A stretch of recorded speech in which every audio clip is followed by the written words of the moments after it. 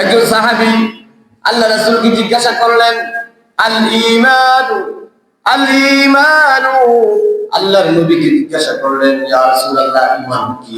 ঈমানটা কি? আল্লাহর নবী মুহাম্মদ রাসূলুল্লাহ সাল্লাল্লাহু আলাইহি সাল্লাম বলেন, ঈমানটা কি?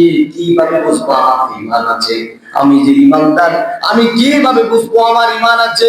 আল্লাহর নবী বলেন, আমার সাহাবারা জেনে রাখো, ইদা ইদা সাররাতুকা হাসানাতুকা ওয়া সাআতুকা সাইয়্যাতুকা ফাআনতা মুমিন।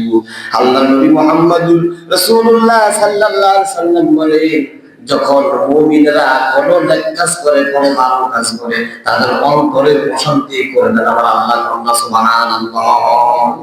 নেক কাজে আনন্দিত দেয়, ভালো কাজে আনন্দিত দেয়।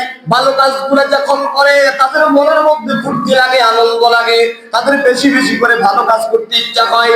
নেক কাজগুলা দান করা যেমন একটা নেক কাজ, ভালো কাজগুলা একটা অসহায় দরিদ্র মানুষের প্রতি সহযোগিতা করা, সুন্দর আচরণ করা, এইভাবে যে মানুষগুলা এই কাজগুলা করবে আর এই কাজগুলা করার সঙ্গে সঙ্গে তাদের অন্তরে আল্লাহ প্রশান্তি দান করে দেয়।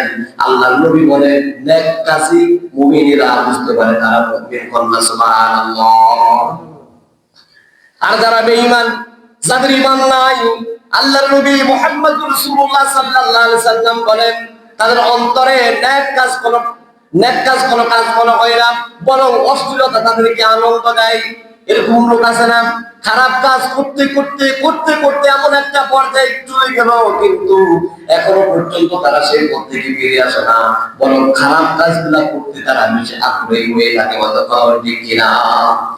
খারাপ কাজগুলো করতে তারা আনন্দিত পায়, আর মুমিনদেরকে ভালো কাজগুলো আনন্দিত দেয়। আল্লাহর নবী মুহাম্মদুর রাসূলুল্লাহ সাল্লাল্লাহু আলাইহি সাল্লাম তার সাহাবীদেরকে জানিয়ে দিলেন, আবার সাহাবারা জেনে রাখো, মুমিন তুমি ঈমানদার, তোমার ঈমান আছে তুমি বুঝতে পারবা যখন ভালো কাজে তোমাকে আনন্দ দিবে আর খারাপ কাজে তোমাকে ব্যতীত করবে। কথা বলেন ঠিক কিনা? মুমিন যখন খারাপ কাজ করে ফেলে, নিজেকে বড় অপরাধী মনে হয়, নিজেকে বড় দোষী মনে হয়। কেন অপরাধ করলাম? আরে আমার দ্বারা কেন এই অপরাধটা হলো? কেন আমি এই অপরাধটা করলাম? মুমিন হায় হতাশ করে শেষ হয়ে যায়।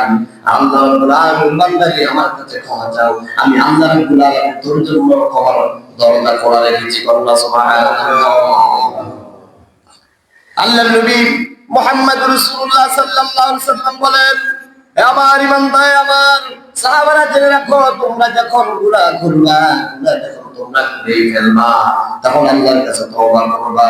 আত-তাইবু মিন যামবি কামান লা যামবা লাহু। মুমিনেরা যখন গুনাহ করে আর গুনার জন্য আল্লাহর কাছে তওবা করে, আল্লাহ রাব্বুল আলামিন বলেন, আমি তাদেরকে এমন ভাবে তাদের গুনাহগুলো মাফ করে দিই যে তাদের কখনো গুনাহ ছিল না, এমন ভাবে আমি তাদেরকে মুক্ত হিসেবে বানিয়ে দিই। আল্লাহ সুবহানাল্লাহ।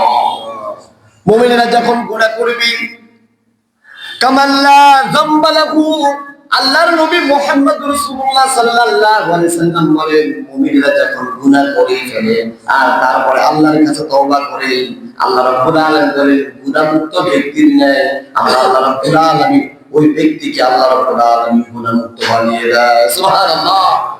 মানে আপনি গুনাহই করেন নাই, এমন জীবন, এমন মুক্ত জীবন আল্লাহ আপনাকে দান করবে। সুবহানাল্লাহ। অথচ কি করি আমরা? গুনাহ করার পরেও একটা বারো আমরা নিজেকে আত্মশুদ্ধ করতে মনে চাই না। আমরা নিজেকে আল্লাহর কাছে ক্ষমার দরজায়, আল্লাহর ক্ষমার দরজায় গিয়ে আমরা কেউ আল্লাহর কাছে নত হই না। এমন পর্যায়ে চলে গেলাম যে আমাদের কাছে শুধু এখন গুনাহই ভালো লাগে। এখন আল্লাহর দ্বীনের কথা, আল্লাহর কোরআনের কথা, পাঁচ ওয়াক্ত সালাতের কথা আমাদের এখন আর ভালো লাগে না। কথা বলেন ঠিক কিনা? এখন আর আমাদের নামাজের কথা ভালো লাগে না, এখন আর আমাদের ঈমানের কথা ভালো লাগে না। অথচ আল্লাহ রাব্বুল আলামিন বলে, বান্দা তোমরা কেউ গুনার ঊর্ধ্বে নয়, তোমরা গুনাহ করবা আর গুনাহ যখন করে ফেলবা তখন তোমরা আমি আল্লাহর কাছে ক্ষমা চাইবা, আমি আল্লাহ রাব্বুল আলামিন তোমাদেরকে ক্ষমা করে দিব। আল্লাহ সুবহানাল্লাহ। আল্লাহ রাব্বুল আলামিন বলেন, শয়তানের প্রচেষ্টা, সারা দিনের প্রচেষ্টা, সারা সপ্তাহের প্রচেষ্টা, এক মাসের প্রচেষ্টা, বছরের বছর পর প্রচেষ্টা, শয়তানকে আঙুলে দিয়েছে, শয়তান যে আপনার পিছনে বেরিয়ে পড়েছে, এই শয়তানের প্রচেষ্টা একটা নিমিষে শেষ হয়ে যায়। আল্লাহ সুবহানাল্লাহ।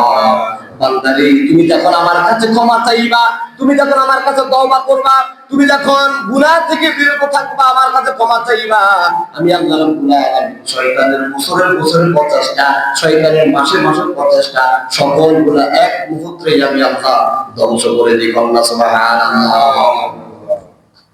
শয়তান কিন্তু আল্লাহর কাছে পরিয়োগ করেছে, আল্লাহ তুমি যেহেতু আমাকে শয়তান করে ফেলেছো, তুমি যেহেতু আমাকে তোমার জান্নাত থেকে বের করে দিয়েছো, আমি তোমার জান্নাতে যেতে ঢুকতে পারবো না।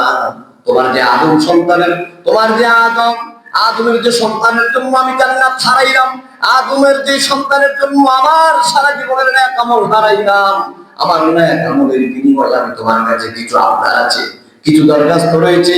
আল্লাহ বলেন বল, তোর সকল দরখাস্ত মঞ্জুর হবে। শয়তান বলল, আমি আপনার বান্দার ডানে ঢুকবো, ধামে ঢুকবো, সেকেন্ডের ভিতরে আমি আপনার বান্দার শিহরে শিহরে রক্তের কণিকা পর্যন্ত, রক্তের শরীরের যতটা রক রয়েছে প্রত্যেকটা রকে আমি শিরাই শিরো উপশিরাই আমি প্রবেশ করবো। আল্লাহ